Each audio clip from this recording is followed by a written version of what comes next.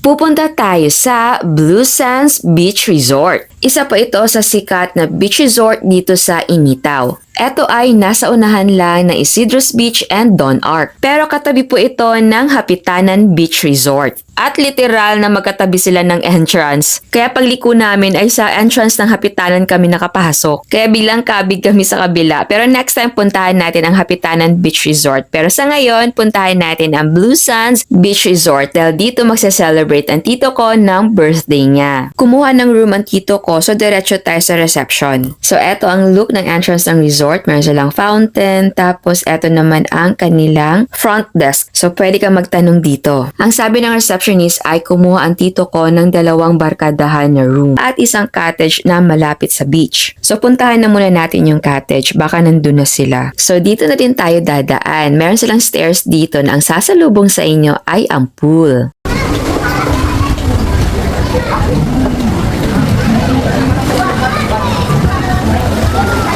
Pagbaba mo ng stairs sa right niyan ay ang daan papunta sa mga cottages. And surprise kami ang nauna. Akala ko late kami dahil 12 na kaming nakarating dito. Ito ang kanilang cottage, malaki. Ito ay malapit sa beach. I think ito ay nasa 2.5 para sa 15 to 25 packs. Meron silang grilling station dito at ito yung view sa likod ng ating cottage.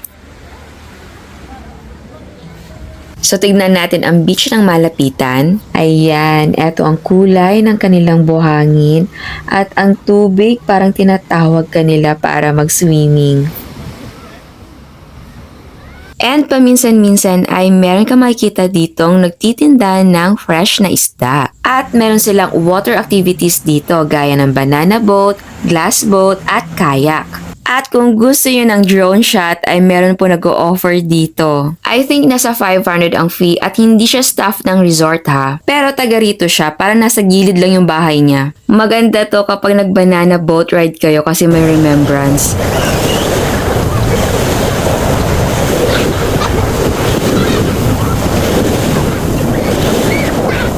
Silipin din natin yung katabing resort. Gusto ko sanang maglakad-lakad papunta doon pero maraming tao. I think ito ay Saturday kaya maraming tao. At high tide tapos malakas yung alon.